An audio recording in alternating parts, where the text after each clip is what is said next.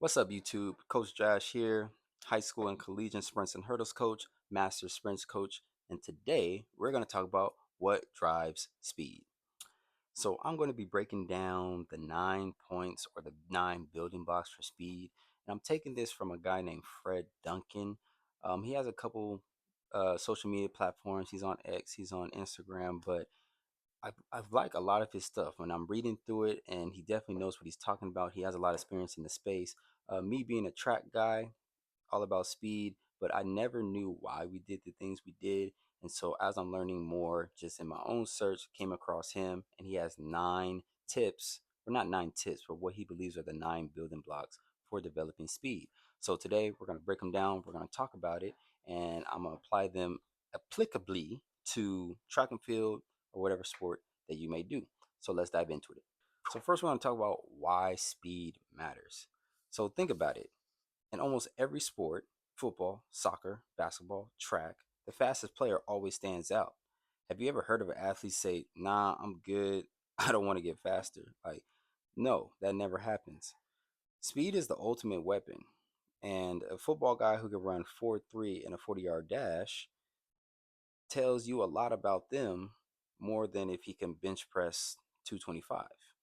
And an NFL scout will rather have the guy who can run 4.3 than the guy who can bench press a lot, because being strong is not the end all be all. But if you have an athlete who is fast, now that will turn some heads. So, just like the 40-yard dash, it paints a full picture of the athletic ability of the person.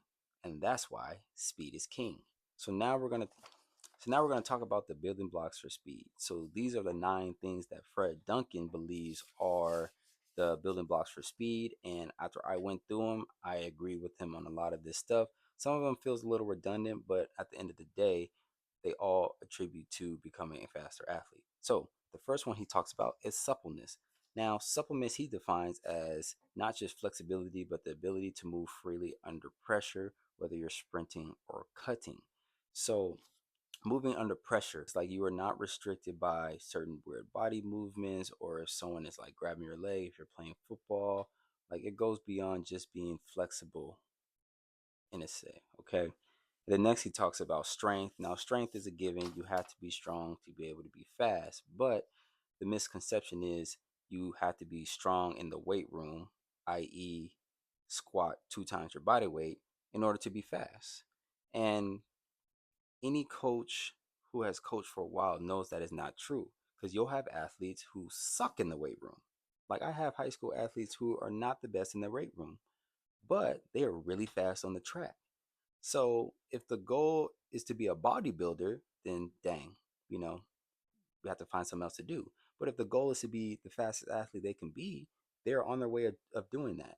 And so me as a coach cannot say, well, you're not squatting 2 times your body weight, so that means you have no shot, right? That would be ridiculous. So while strength is very important, just your raw output is not the end all be all. Number three, my mistake. Rate of force development. So how quickly can you unleash that strength? So again, this goes back to, I guess it's more old school, but if you are strong, you need to be able to express that strength in the form of speed, power output, and do it quickly.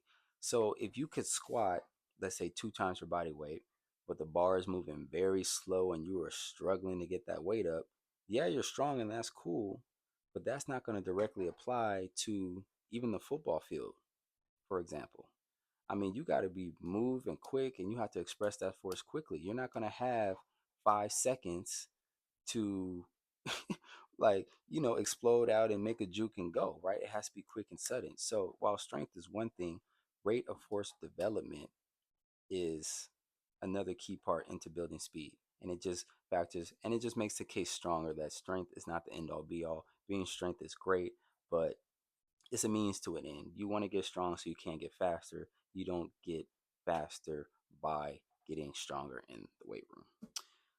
But just to clarify, I'm not saying that the weight room is not important. I'm not saying that you shouldn't be lifting weights or trying to get strong and explosive in the weight room. The point I'm trying to make is that too many people put too much emphasis on the weight room numbers, how often you're lifting. You got to lift a lot of heavy weight. And my argument is, and also the argument that I believe Fred Duncan is making as well, is that if you're trying to get faster, the bulk of the work to get faster is actually doing the speed work and sprinting. That's how you get faster. Weight room is a small percentage of that, and the weight room is used to support the overall goal of getting faster, but it's not the meat and potatoes of it per se.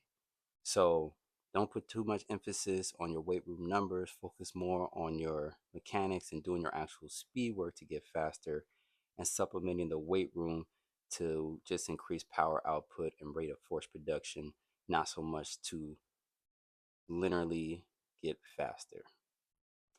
Okay, moving on.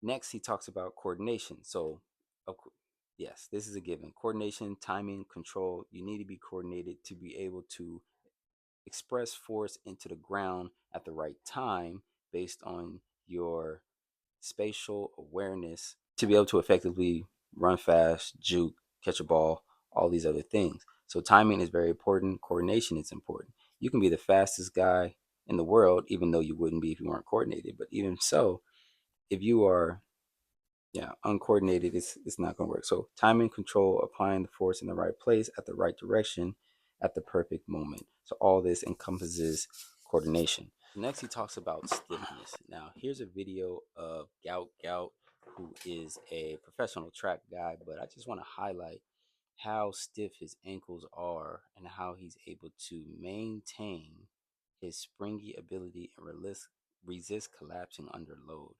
It's like a coiled spring for maximum bounce. So this is what we talk about when we say ankle stiffness, stiffness of the joints, being able to handle the explosiveness under load and then relay that explosive power back into the track. Okay. So great example of this of Gout doing that. Next, we talk about rhythm. So I thought that rhythm and coordination were similar. Fred puts them separately, but he defines rhythm as smooth, relaxed movement that lets speed flow without tension slowing you down. So yeah, I would, instead of rhythm, I might say relaxation, being able to relax. So for rhythm, I would say relaxation, being able to relax.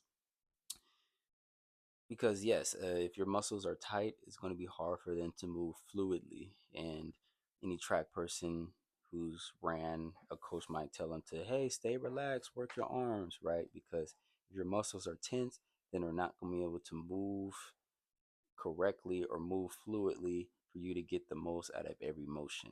Okay, so he says rhythm, I say relax, but point being is, yes, you want to stay relaxed, you want to stay smooth when you are doing certain motions to not only get the most out of everything, but also to prevent injury um, in your respective sport.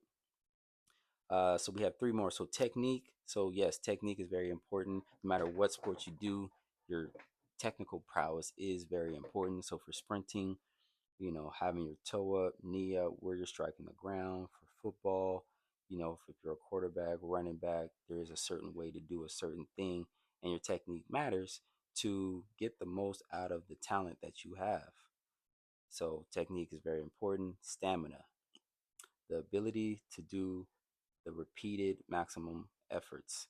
If you can only do it once, one time during the game or one time at a track meet, and you're cooked for the rest of the game or the meet, nah, like you're leaving stuff on the table. So stamina is very important, and then intentionality.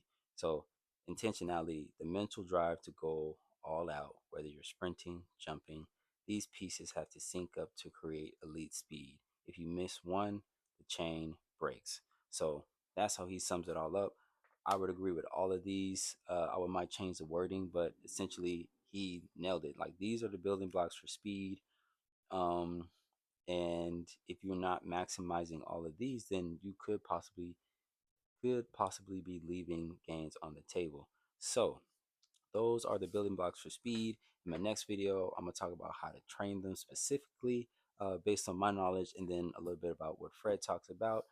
But again, I'll catch y'all in the next video. Hope you enjoyed it. Peace.